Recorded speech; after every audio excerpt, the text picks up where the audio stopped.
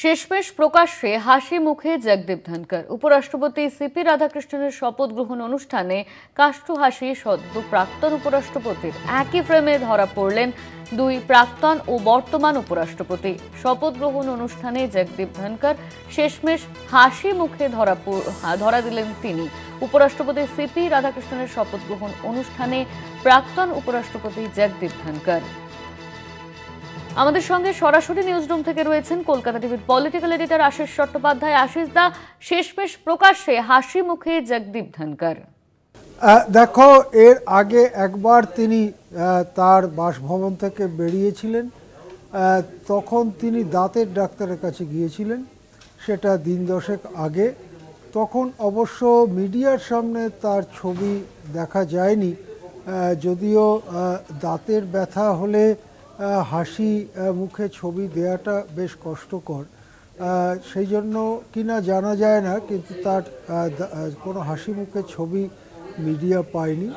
পরবর্তীকালে ওই দিনই তিনি বাসভবন ছেড়ে অন্য একজন রাজনীতিবিদ, তার দিল্লিতে একটি খামার বাড়ি আছে, সেখানে তিনি গিয়ে উঠবেন এইরকম খবর পাওয়া গিয়েছিল।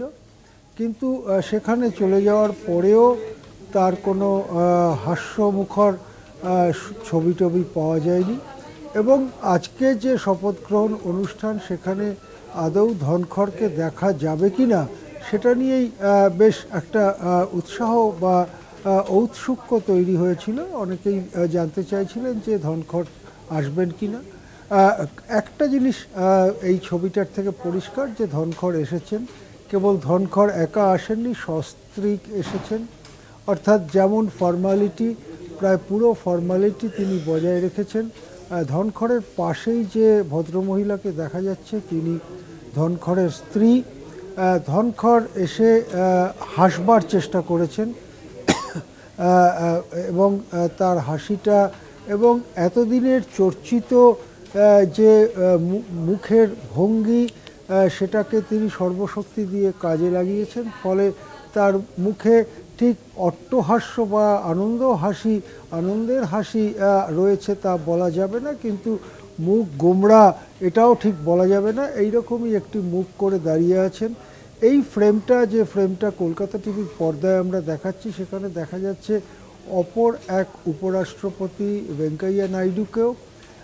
আরও একজন উপরাষ্ট্রপতির ছবি আমরা দেখেছি, তবে এই ফ্রেমটায় নেই। তিনি প্রাক্তন উপরাষ্ট্রপতি সলমান খুরশিদ, তিনি কংগ্রেসি ঘরানার। কিন্তু শেষ পর্যন্ত এটা স্পষ্ট হলো যে জগদীপ ধনকরকে নিমন্ত্রণ জানানো হয়েছিল। সেটা অবশ্য না জানানোটা খুব কঠিন, কেননা প্রাক্তন উপরাষ্ট্রপতিকে নিমন্ত্রণ জানাতেই হয়, এখানকার বিধি, ভারতের বিধি, সৌজন্য ইত্যাদি অনুসারে। সেক্ষেত্রে ধনখড়ের আশা নিয়ে প্রশ্ন ছিল, সেই প্রশ্ন আজকে কেটে গেছে। স্পষ্ট হয়ে গেছে যে ধনখড় এসেছেন, স্ত্রী সহ এসেছেন, নামকা ওয়াস্তে আসেননি। তিনি রাধাকৃষ্ণনকে গিয়ে অভিনন্দন জানিয়েছেন। রাধাকৃষ্ণনকে মাথা ঝুঁকিয়ে ধনখড়কে অভিবাদন করতে দেখা যায়। এই সমস্ত ছবি যেন একটা হৃদ্যতার ছবি, একটা সৌজন্যের ছবি, সেই রকম ছবি আমাদের কাছে এসেছে।